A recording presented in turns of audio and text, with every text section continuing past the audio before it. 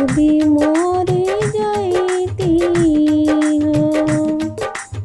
गंगा माई के ऊँची आररिया तिवैया एक रोवाल हो।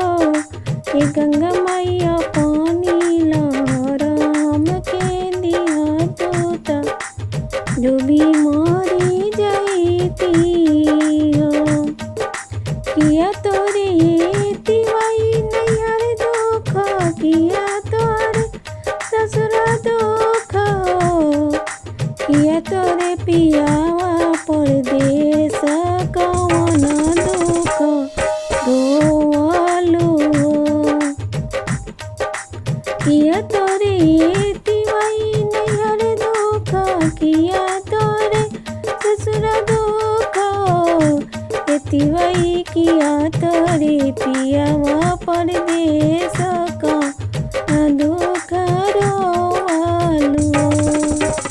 नहीं मोरे गंगा मैया नैहर दुख, नहीं मोरे ससुर दुख, ए गंगा मैया नहीं मोर पिया परदेस कोखिया दुख रोलियो।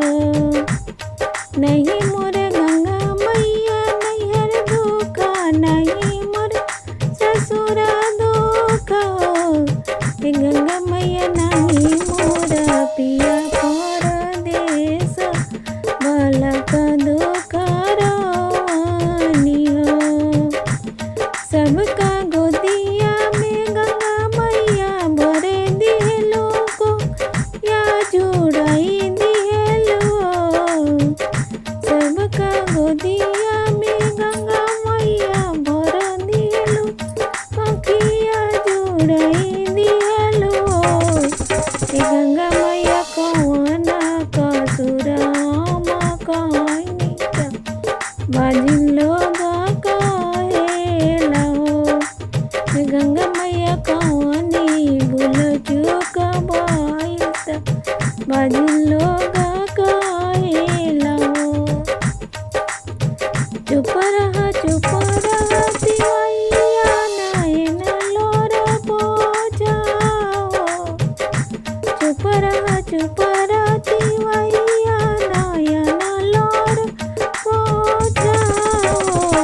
ए तिवई गोद तोरा के लिए लाला नावत अंगनवा तो लौटाओ। ए तिवई गोद तोरा के लिए